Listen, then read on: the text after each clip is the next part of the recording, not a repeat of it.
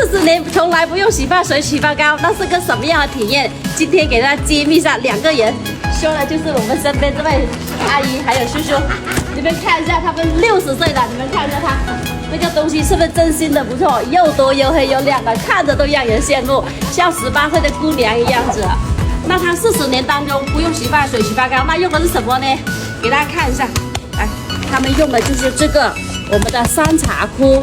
山茶枯的话，它是我们南方高山上种植的一种山茶子，把它压榨完山茶油之后剩下的果柄，我们今天把它磨成粉末，用它来洗头的哟。